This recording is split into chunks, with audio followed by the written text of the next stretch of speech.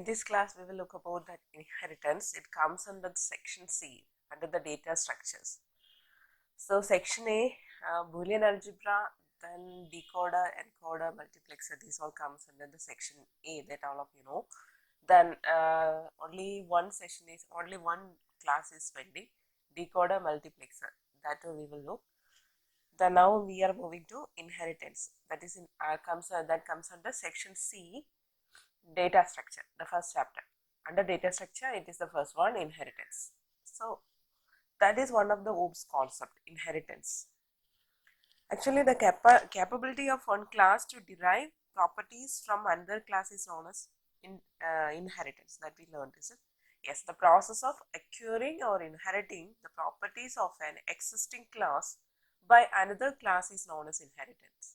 So existing class is known as the base class, and we are deriving that class is known as derived class. So existing class, or it is base class, and base class can be otherwise known as superclass, base class or superclass or parent class. This one is known as parent class, base class, superclass or parent class. Then the existing class, so the existing class which is inherited by another class is known as base class. Existing class which is inherited by another class is known as base class or superclass. Other name of superclass is parent class. The next one is the derived class or subclass. The newly created class which acquires the properties from base class is known as derived class. Derived class is otherwise known as subclass or child class or extending class. These are the terms for derived class. So the next one is applications of inheritance. Mainly three applications are there. First one implements the reusability of the classes. Object-oriented programming, in that itself, mainly focusing for the reusability of code, is it reusability of classes, and it has transitive nature. Third one is implement the operations at the highest level of abstraction. What is abstraction? That concept you know that. Okay, so the idea of reusability means inheritance allows the addition of additional features to an existing class without modifying it. That means from the base class we are deriving a new class is known as derived class, and we can modify that derived class. One can derive a new class from an existing one and add some new features to it. That is the concept of reusability or idea of reusability. The next, or in an example, we have a class student and we need to add new class called graduate student. So what is the new class here? The class name is known as student. That is the base class, student. So it has some members, and we need to create another class or new class known as graduate student.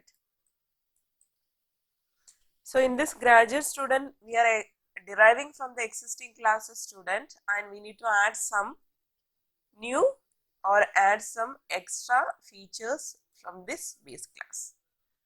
This we can do it by the inheritance, and it reduces the typing and it reduces the effort of writing the same class again. That is a concept of reusability of classes. And second one is transitive nature of inheritance. That means if a new class, this graduate student we are considering as a new class, that is the subclass of student. This graduate student is a subclass of student, and this graduate student is must be a subclass of another class. That means if a class B inherits properties of another class A, then all subclass of B will automatically inherit the properties of A. Is it? Yeah. Example, consider here class B inherit the properties of another class A. From A we are deriving class B. Then all subclasses of B. Then B subclasses is C. B subclasses is C means C automatically inherit the properties of which one? A. Yes, that is known as transitive nature of inheritance. Also, student is the base class and we are deriving another class name known as graduate student. And from this graduate student, I am just writing another example. Person, that is a subclass of graduate student. So, actually the properties of class A, class student is deriving automatically to that person, class person. Okay, this concept is known as transitive nature. In a simple way, we can tell this A.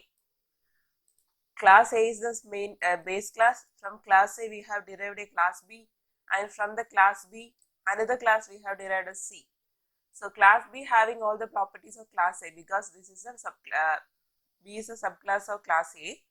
So, automatically it will derive the properties of class A, and from the class B we have derived another class that is known as C, and C is also having the properties of A automatically because B is the subclass of A.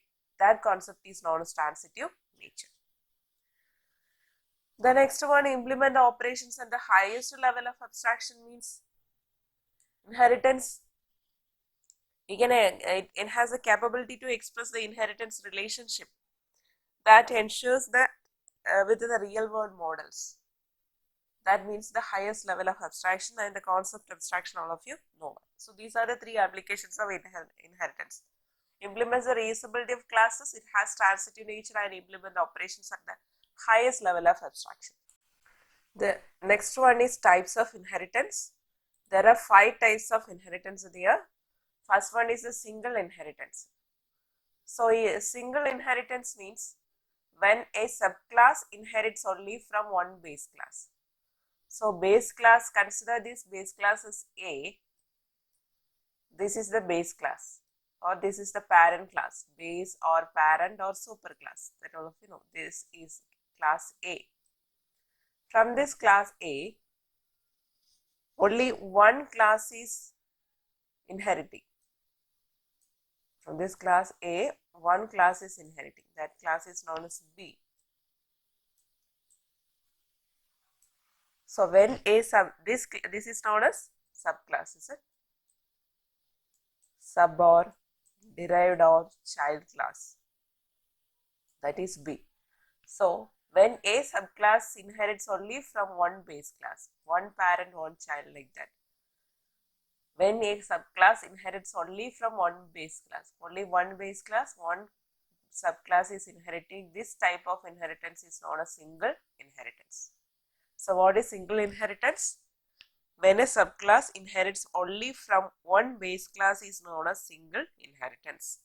So this is the base class, A is the base class, B is the subclass. So the properties of A is inheriting to the class B. Okay, that is single inheritance. The second one is multiple inheritance. Multiple inheritance means when a subclass inherits from multiple base class. That means A and B, two base class are there. Consider there are two base class. So from this two base class, another one subclass is deriving. This type of inheritance is known as multiple inheritance. By the name itself, multiple. That means, okay, A and B are the base class and C is the derived class or subclass. So what is multiple inheritance? When a subclass inherits from multiple base class is known as multiple inheritance. Okay. Then third one, hierarchical inheritance. When many subclasses inherits from a single base class. Many subclasses inherits from a single base class is known as hierarchical inheritance. So what is hierarchical inheritance? When many subclasses, just to consider Z is the parent class or is the base class. From Z, 3 subclasses A, B, C. Consider like this. This type of inheritance is known as hierarchical inheritance. So what is hierarchical inheritance? When many subclasses, here 3 subclasses, inherits from a single base class is known as hierarchical subclass. Okay. So whenever you are writing these points, just to write this definition and draw this pictorial representation of each inheritance. Okay. So the next one is hybrid inheritance. Fourth one is hybrid inheritance. When a subclass inherits from multiple base class and all of its base class inherit from a single base class is known as hybrid inheritance. What is the meaning of that? When a subclass inherits from multiple base class. Multiple base class will be there. A, B, C, like this. A, B, C, 3 multiple base class. From this base class, a subclass has derived. We can name it as D.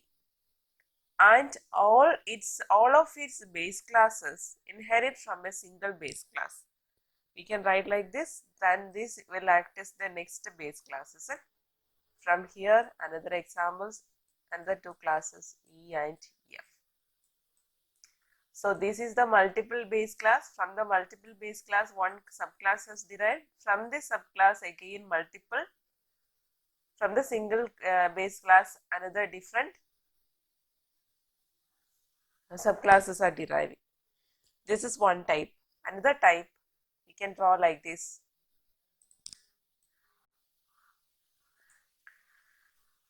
For this hybrid inheritance, when a subclass inherits from multiple base classes and all of its base class inherit from a single base class.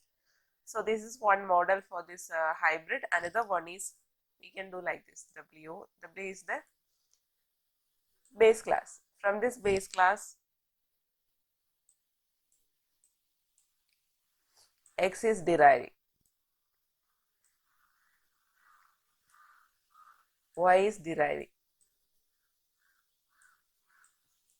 On some single base class, 2 subclasses are there, and again this will act as base class for the next one.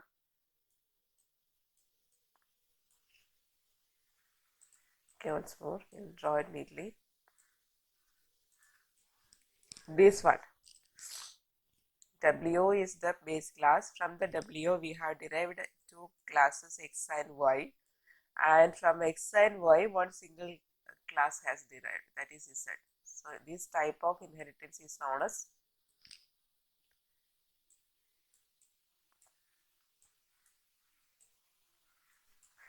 hybrid inheritance. Okay, this type, 2 types are known as hybrid inheritance. So hybrid inheritance means when a subclass inherits from multiple base class and multiple base classes and all of its base class inherit from a single base class.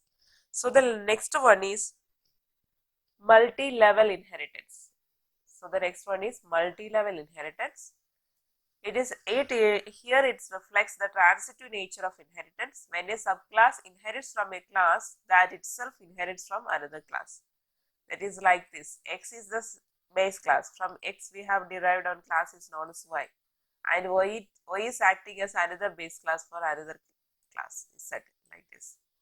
So what is the transitive nature? Whatever the properties of X, it will automatically update it to this set also, is it?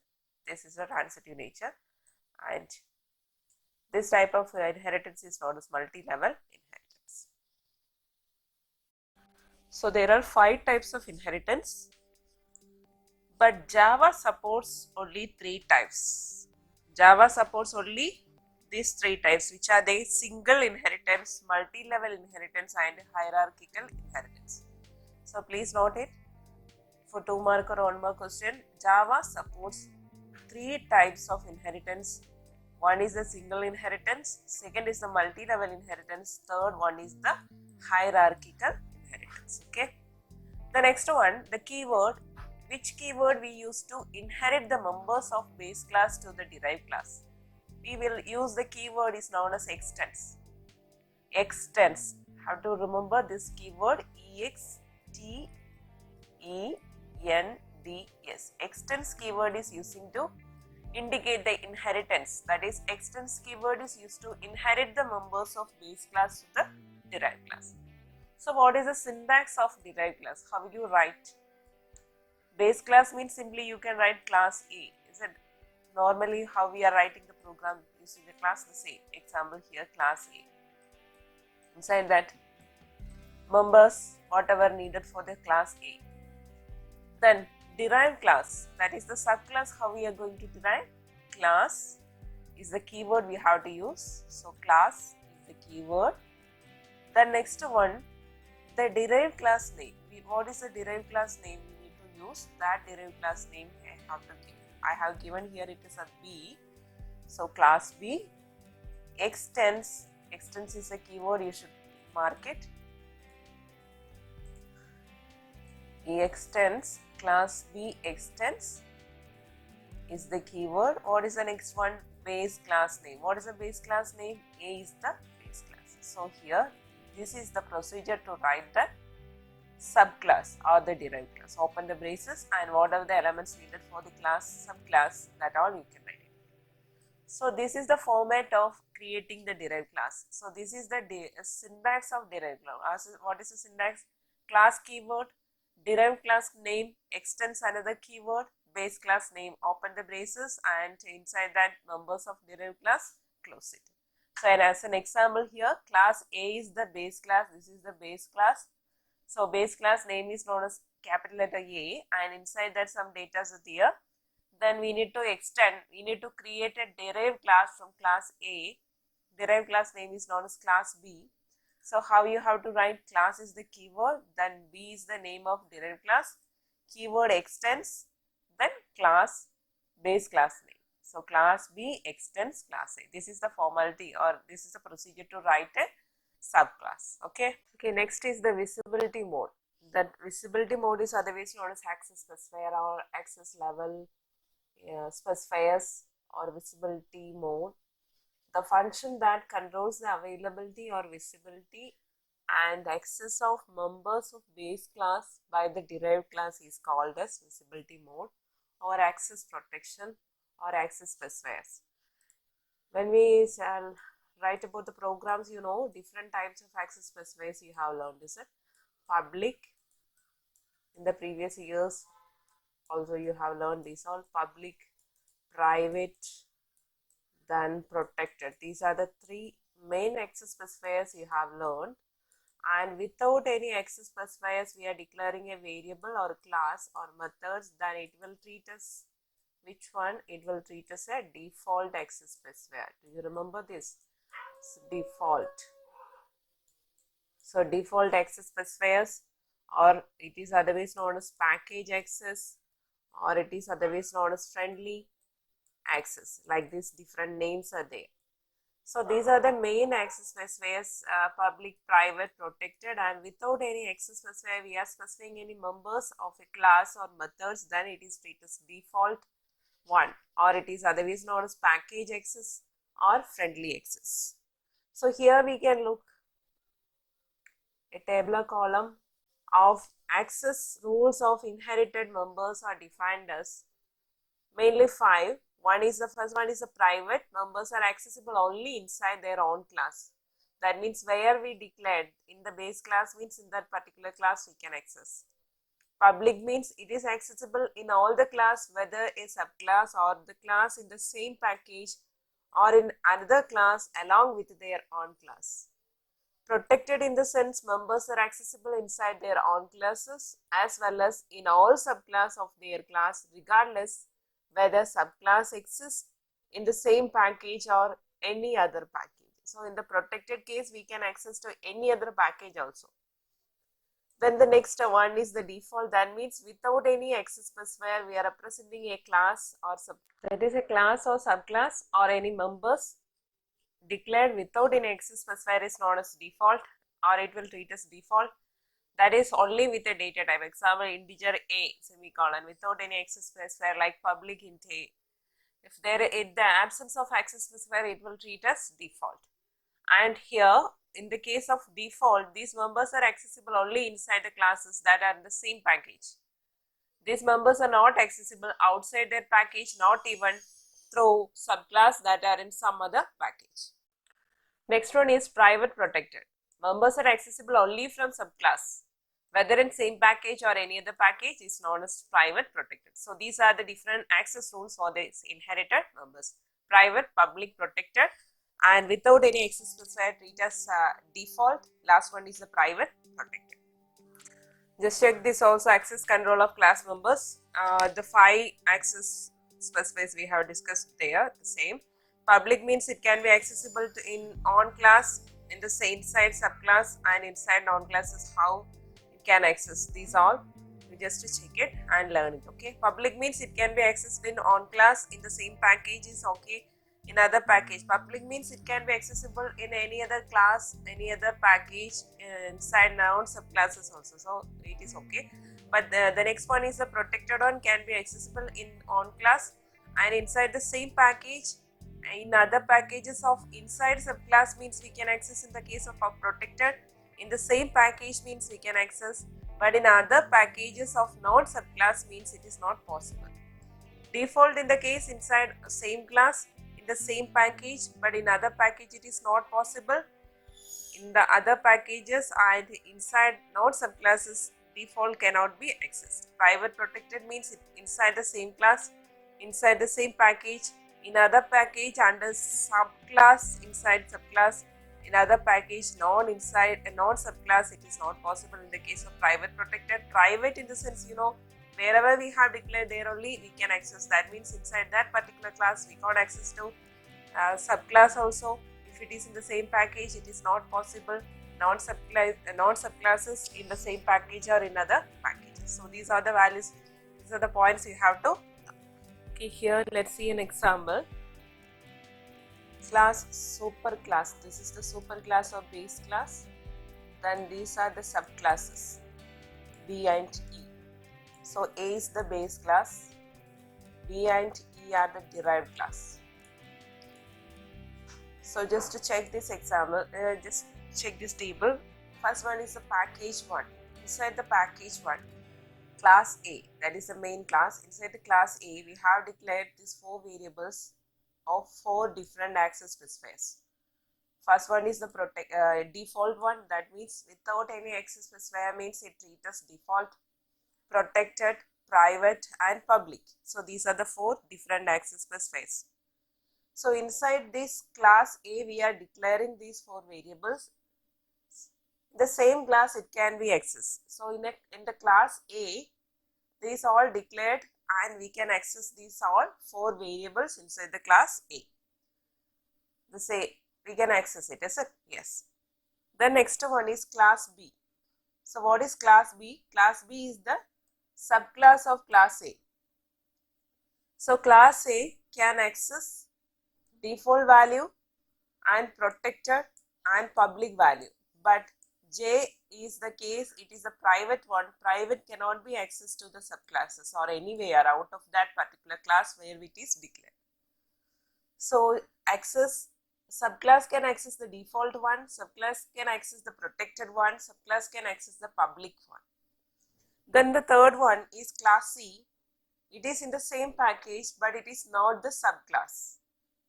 Class C is the same package class, but it is not the subclass of class A. In that case, it can access default value, protected value and public value, and the same private is not accessible outside that particular declaration.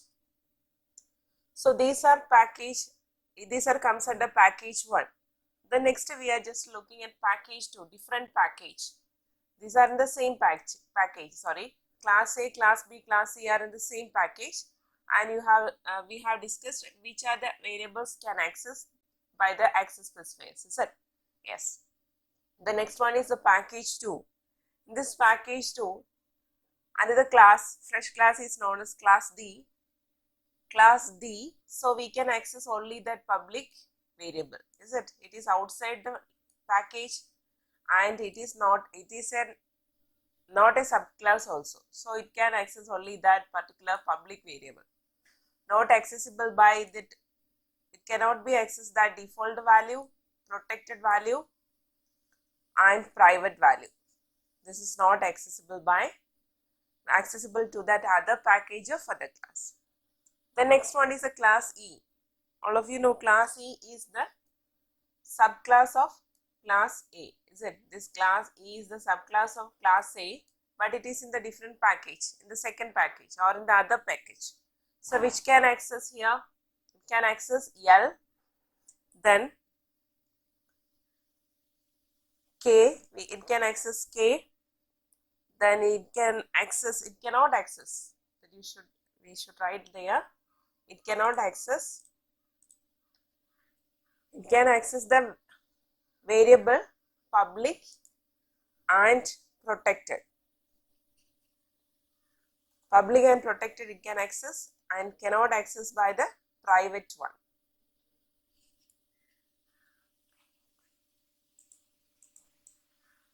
One minute, sorry, this one.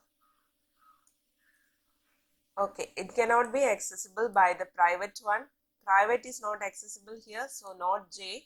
It can access the public one, yes. It can access the protected one, because protected is the keyword, it will specify the subclasses data. So this is class E is the subclass of class A. So protected variable can be accessed in the subclass.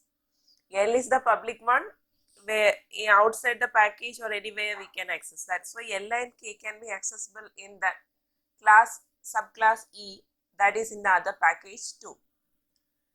So class E is the subclass of class A. It can access public value, that is L is the public one. It can access K, K is the protected one. Then I means it is the default one. Sorry, I cannot be accessed. I cannot be accessed here. Default one cannot access. It is not J and I. Okay. So it can access only, yes. So subclass of class A, it is in the different package 2, can access only the public and protected. It cannot access private value and the default one. So default means it can access inside the same package. If it is class, if it is subclass or non-subclass also, inside the same package we can access. Is it? That is the characteristics of default. That's why here it is in class C, it is not a subclass, but it is residing inside the package 1. That's why we can access the default value inside the class C. But here, in the case of class E is the subclass of class A, but it is in the different package. That's why default value cannot be accessed. In that subclass of different package can access only the public and the protected one.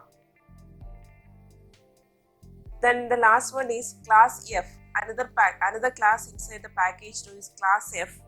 This class F can access only that L, but it cannot access that private or default or protected value, because this is our non-subclasses and other package also outside the package.